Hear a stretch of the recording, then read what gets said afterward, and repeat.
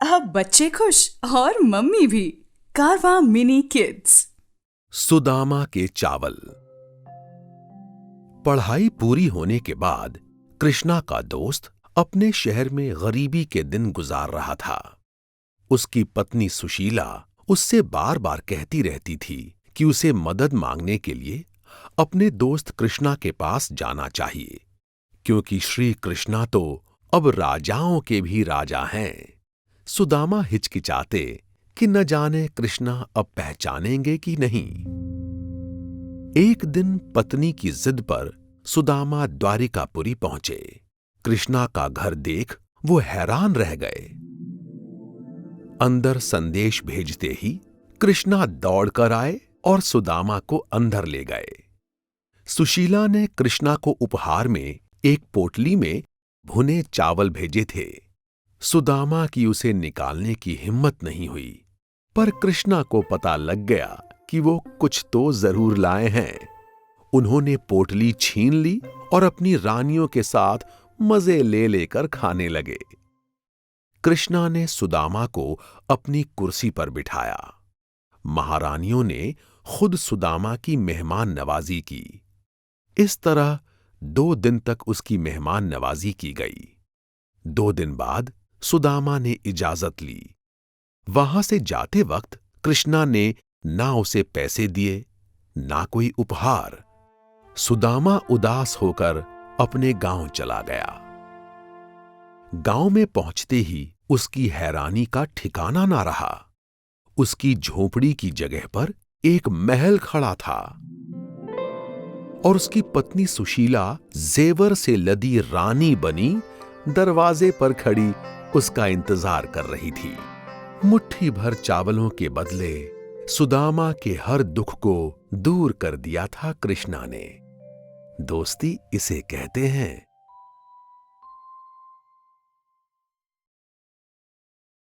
वफादार नौकर। बादशाह अकबर अपने महल में बीरबल के साथ बैठे खाना खा रहे थे। उस दिन उन्हें बैंगन की सब्जी खाने में दी गई थी। वो उस सब्जी की बहुत तारीफ कर रहे थे। बैंगन की सब्जी से टेस्टी तो कोई सब्जी ही नहीं है, अकबर ने कहा। बीरबल ने फौरन जवाब दिया, हुजूर ने बिल्कुल सही फरमाया, ये बहुत टेस्टी सब्जी है। बादशाह तुरंत नौकर को बुलाकर बोले कि बीरबल के लिए थोड़ी और सब्जी लाओ। बीरबल ने जवाब दिया, नहीं नहीं, मेरे लिए बैंगन मत लाओ, वैसे ही बैंगन मुझे कुछ खास पसंद नहीं है। बीरबल की बात सुनकर बादशाह हैरान रह गए और बोले, बीरबल, अभी तो तुम कह रहे थे कि बैंगन बहुत टेस्टी है। बीरबल ने जवाब दिया, कह रहा था हुजूर, क्योंकि मैं आपका नौकर हूं, बैंगन का थोड़े ही हूं। बीरबल की इस बात पर बादशाह जोर जोर से हंसने लगे। बीरबल की बुद्धिमानी। बादशाह अकबर अक्सर बीरबल से अजीबोगरीब क्वेश्चन पूछकर उनकी अक्लमंदी का एग्जाम लेते रहते थे। एक बार वो बीरबल के साथ महल के गार्डन में घूमने निकले। तभी उन्हें बीरबल की होशियारी का एग्जाम लेने का आइडिया आया। उन्होंने जमीन पर एक लाइन ड्रॉ कर दी और बीरबल से कहा, इस लाइन को बिना मिटाए या काटे छोटा कर दो तो जाने, वरना हम तुमको बीरबल क्यों माने। बीरबल ने तुरंत उस लाइन के बगल में एक लंबी लाइन ड्रॉ कर दी, जिससे बादशाह की लाइन जो उन्होंने ड्रॉ की थी अपने आप छोटी हो गई। बीरबल की होशियारी देखकर बादशाह हैरान रह गए, लेकिन इस बार वो अपने साथ काफी सारे और क्वेश्चंस लेकर आए थे। बादशाह ने दूसरा क्वेश्चन पूछा, वो क्या है जिसे सूरज नहीं देख सकता। अंधेरा हुजूर, बीरबल ने तुरंत जवाब दिया। उन्हें एक पल का वक्त नहीं लगा क्वेश्चन सॉल्व करने में। बादशाह का नेक्स्ट क्वेश्चन था, सच और झूठ में क्या फर्क है। बीरबल बोले, उतना ही फर्क है जितना देखने और सुनने में है। आदमी जो सुनता है वो झूठ भी हो सकता है, लेकिन देखी हुई बात सच ही होती है। बीरबल का जवाब सुनकर बादशाह बहुत खुश हुए और उन्होंने बीरबल की होशियारी की जमकर तारीफ करते हुए उन्हें गिफ्ट के रूप में अपना कीमती हार दिया। 4 मित्र। 3 मित्र थे, एक चूहा, एक कछुआ और एक कौआ। तीनों एक जंगल में रहते थे। एक दिन उन्हें एक हिरन दिखाई दिया। हिरन डर के मारे भागा जा रहा था। तीनों ने उससे भागने की वजह पूछी तो हिरन बताने लगा, राजा के सिपाही कल शिकार खेलने आएंगे, मैं अपनी जान बचाकर भाग रहा हूं। इतना सुनते ही चूहा, कछुआ और कौआ भी अपनी जान बचाकर हिरन के साथ भागे। रास्ते में एक शिकारी ने कछुए को पकड़ लिया। बाकी तीनों ने अपने साथी को छुड़ाने की तैयारी की। हिरन सड़क पर इस तरह से चुपचाप लेट गया जैसे वो सचमुच मर गया हो। कौआ भी उसके शरीर पर चोंच मारने लगा। जब शिकारी ने ये देखा तो उसने अपना थैला नीचे रख दिया और हिरन के पास जाने लगा। जब वो हिरन को देख रहा था, तभी चूहे ने कछुए को थैले से बाहर निकाल दिया। हिरन भी छलांग लगाता हुआ भाग गया। देखते ही देखते चारों दोस्त शिकारी की पहुंच से बाहर हो गए। उनकी एकता ने उनको आजाद कर दिया।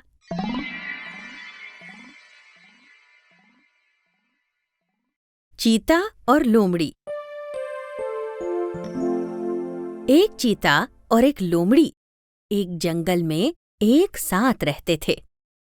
वो बहुत अच्छे दोस्त थे और छोटी मोटी बातों पर कभी नहीं झगड़ते थे।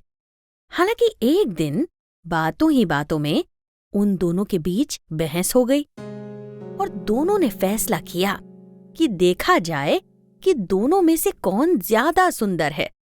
चीते ने पहले जोर देकर बोला कि वो ज्यादा सुंदर है क्योंकि उसके पास सुंदर पीले रंग की फर है, और उसने अपनी तारीफ करते हुए अपने काले स्पॉट्स का भी जिक्र किया। लोमड़ी पूरी बात ध्यान से सुनती रही और हाँ हाँ करती रही। इसके बाद जब उसकी बारी आई तो वो बोली, ठीक है, तुम मुझसे ज्यादा खूबसूरत हो, लेकिन मुझे लगता है कि मेरा तेज दिमाग तुम्हारी खूबसूरती से ज्यादा जरूरी है। छाया का खेल। एक दिन बादशाह अकबर किसी बात पर बीरबल से नाराज हो गए और उन्हें अपने स्टेट से बाहर निकाल दिया। बीरबल बोले, बादशाह, मैंने हमेशा अपनी पूरी ताकत से आपकी देखभाल की है। आपके हुक्म को मानते हुए मैं ये स्टेट छोड़कर जा रहा हूं, पर मैं आपका वफादार हमेशा रहूंगा। कुछ ही दिनों में बादशाह को अपनी गलती महसूस हो गई। बीरबल के बिना उन्हें अपने हुकूमत का काम चलाने में बड़ी मुश्किल होने लगी थी। उन्होंने अपने सिपाहियों को आसपास के सभी स्टेट में ढूंढने के लिए भेजा, पर बीरबल कहीं नहीं मिले। अब बादशाह ने बीरबल का पता लगाने के लिए एक प्लानिंग की। उन्होंने अनाउंसमेंट की कि जो आदमी उनके दरबार में आधी रोशनी और आधी शैडो में आएगा, उसे वो इनाम में 1000 अशर्फिया देंगे। बादशाह जानते थे कि इस पहेली को सुलझाने में सिर्फ बीरबल ही कामयाब हो सकते हैं। उधर बीरबल एक दूसरे स्टेट में एक ब्राह्मण फैमिली के साथ रह रहे थे। जब उन्होंने ये अनाउंसमेंट सुनी तो वो उस पहेली को सुलझाने से खुद को रोक नहीं पाए। वो उस ब्राह्मण से बोले, अगर पैसा कमाने का दिल हो तो मैं एक आइडिया बताऊं। बादशाह की पहेली सुनी है? ब्राह्मण बोला, सुनी तो है, पर यह भी भला क्या बात हुई? आधी रोशनी और आधी छाया में भला कोई चल सकता है? बीरबल बोले, बिल्कुल चल सकता है। बस तुम अपने सर पर चारपाई रखकर बादशाह के दरबार में पहुंच जाओ। इस तरह तुम आधी रोशनी और आधी छाया में होगे। ब्राह्मण ने बिल्कुल वैसा ही किया जैसा बीरबल ने उसे समझाया था। अगले दिन ब्राह्मण अपने सर पर चारपाई रखकर बादशाह के दरबार में पहुंचा और बोला, हुजूर, मैंने आधी रोशनी और आधी छाया में आकर आपकी शर्त पूरी कर दी है। अब मुझे इनाम मिलना चाहिए। उसकी बात सुनकर बादशाह मुस्कुराते हुए बोले, मुझे सच सच बताओ, ये पहेली तुमने खुद सुलझाई है या किसी और ने तुम्हें इसका हल बताया है? ब्राह्मण ने बादशाह को सब कुछ साफ साफ बता दिया और बादशाह समझ गए कि ब्राह्मण का वो गेस्ट सिर्फ बीरबल ही हो सकता है। उन्होंने अपने नौकरों को बीरबल को इज्जत के साथ लाने के लिए भेज दिया। बीरबल एक बार फिर दरबार में लौट आए और बादशाह खुश हो गए।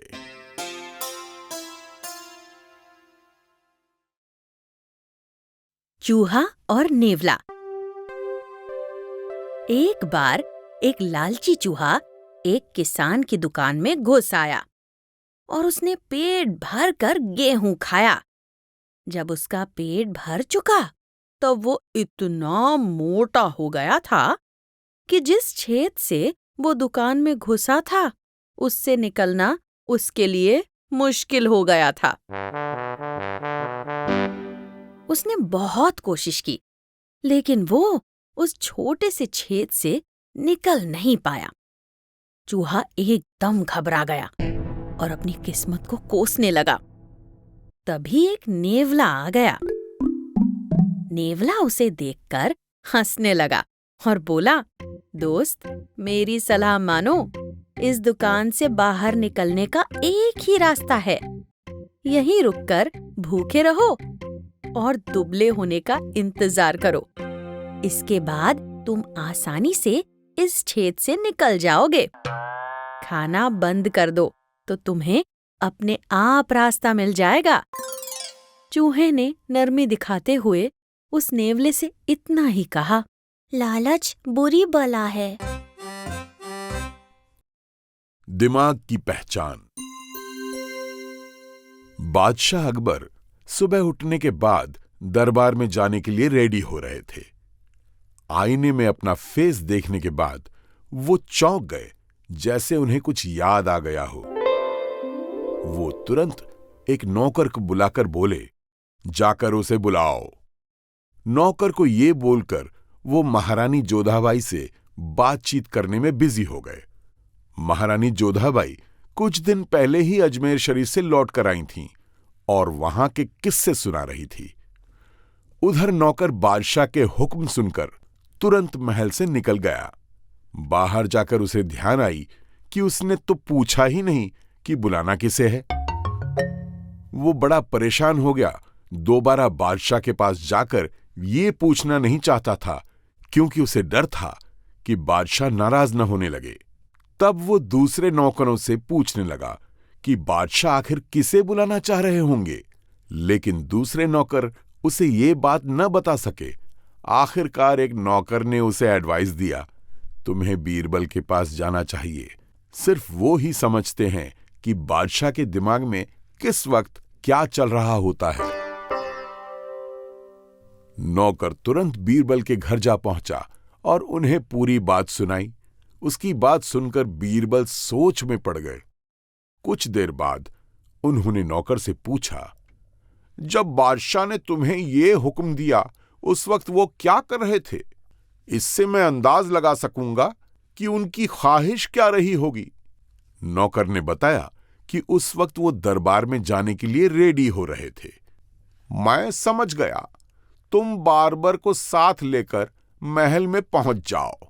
बीरबल तुरंत बोले। वो समझ गए थे कि बादशाह के सर के और दाढ़ी के बाल बड़े हो गए होंगे, और जब बादशाह ने अपना चेहरा आईने में देखा होगा तो उनका ध्यान इस तरफ गया होगा और उन्होंने नौकर को यह हुक्म दे दिया होगा। जल्दबाजी में वो पूरी बात कहना भूल गए होंगे। उधर महल में बादशाह को याद आया कि उन्होंने नौकर को ये तो बताया ही नहीं कि उसे लाना किसे है। वो उसके पीछे एक दूसरे नौकर को भेजने ही वाले थे कि तभी वो साथ में एक बार्बर को लेकर वहां जा पहुंचा। बादशाह भी दरअसल बार्बर को ही बुलाना चाहते थे, लेकिन उन्हें ये बात नहीं समझ आई कि आखिर नौकर को ये बात बिना बताए पता कैसे चल गई। वो तो इतना अक्लमंद था ही नहीं। बादशाह को बड़ी हैरत हो रही थी। बादशाह ने कहा, तुम्हें ये कैसे पता चला कि मैं बार्बर को बुलाना चाहता हूं? मैंने तो तुम्हें ये बात बताई ही नहीं थी। हुजूर, दरअसल मैं आपका हुक्म समझने में फेल हो गया था। मुझे तो बीरबल साहब ने बताया कि आपका इरादा क्या था। बादशाह दिल ही दिल में बीरबल की होशियारी की तारीफ किए बिना नहीं रह सके। द्वारिका की ओर। कंस का ससुर जरासंध एक ताकतवर राजा था। वो अपने दामाद की मृत्यु का बदला लेने के लिए 17 बार सेनाएं लेकर मथुरा पर हमला करने आया। हालांकि हर बार उसे हार का सामना करना पड़ा, लेकिन मथुरा में रहने वाले लोगों का उसने जीना मुश्किल कर दिया था। मथुरा की सारी खुशियां खत्म हो चुकी थीं। हर वक्त सबके मन में उसके अगले हमले का डर बना रहता। भविष्य के लिए किसी तरह की योजना बनाना ही मुश्किल हो गया था। इस मुश्किल से बचने के लिए कृष्ण और बलराम ने मथुरा से बहुत दूर पश्चिम की तरफ द्वारिका शहर बनवाया। पूरे मथुरा के लोगों के साथ श्री कृष्णा द्वारिका चले गए। जरासंध का एक दोस्त कलायवान था। वो अलग कृष्णा की जान का दुश्मन बना बैठा था। अपनी सेना लेकर कृष्णा का पीछा वो साए की तरह करता रहता था। द्वारिका भी उसके लिए दूर न थी। एक बार द्वारिका के रास्ते में कृष्णा अपनी गाड़ी छोड़कर एक जगह पर पहाड़ियों की तरफ भागे। पीछे लगा कलायवान भी अपनी गाड़ी छोड़ उनके पीछे भागा। एक ग्लास शरबत। विजयनगर एक संपन्न राज्य था। बेशक उसके आसपास दुश्मनों की भी कमी नहीं थी। दुश्मन राजा विजयनगर पर हमले करते रहते थे। इस तरह विजयनगर लगातार अपने दुश्मनों से लड़ाइयां लड़ता रहता था। महाराज अपने मंत्रियों से राज्य की समस्याओं के बारे में विचार विमर्श किया करते थे। एक दिन सब आपस में बातें कर रहे थे। महाराज ने कहा कि सबको शरबत और नाश्ता दिया जाए। तेनाली रामा भी इस सभा में शामिल थे। वो महाराज और दूसरे दरबारियों को बहुत गंभीरता से इन सभी बातों पर विचार विमर्श करता देख रहे थे। उन्होंने एक भी बात अपनी नहीं रखी, क्योंकि उनका सोचना था कि इन सब बातों के अलावा भी बहुत सारी ऐसी समस्याएं हैं जिन पर विचार विमर्श किया जा सकता है। तभी अचानक तेनाली रामा को अपनी बात समझाने का एक उपाय सूझा। वो चुपचाप उठकर रसोई घर में गए, जहां शरबत और नाश्ता परोसने के लिए रखा हुआ था। उन्होंने बावर्ची को कहा कि शरबत को तरह तरह के छोटे बड़े गिलासों में पेश किया जाए, और फिर जब शरबत परोसा गया तो महाराज देखकर हैरान रह गए, क्योंकि सबको छोटे बड़े और अलग अलग गिलासों में शरबत दिया जा रहा था। महाराज ने तेनाली रामा से कहा, पंडित रामाकृष्णा, ये क्या है? शरबत एक जैसे गिलासों में क्यों नहीं दिया जा रहा है? मैं जानना चाहता हूं कि इस बात के पीछे क्या राज है। तुम जरूर ही हमें कुछ कहना चाहते हो। महाराज, हमें क्या चाहिए? शरबत ही तो पीना है। इस बात से क्या फर्क पड़ता है कि हम किस बर्तन में शरबत पी रहे हैं? आप हमेशा युद्ध की फिक्र किया करते हैं। युद्ध में हार जीत बहुत महत्व रखती है, पर वो तो राज्य की सुरक्षा के लिए ही बने हैं। हमारा राज्य किसी भी दूसरी बात से कहीं ज्यादा महत्व रखता है। एक बार जब हमें ये एहसास हो जाएगा तो हम परेशान नहीं होंगे और ना ही हमें कोई फिक्र सताएगी। महाराज हंसकर बोले, पंडित रामाकृष्णा, तुमने बिल्कुल सही कहा। जब हम सिर्फ परेशानियों पर अपना ध्यान लगाते हैं तो उन सभी बातों से दूर हो जाते हैं जो हमारे जीवन को बेहतर बनाती हैं। हमें अपने जीवन में हर तरह से संतुलन बनाकर रखना चाहिए।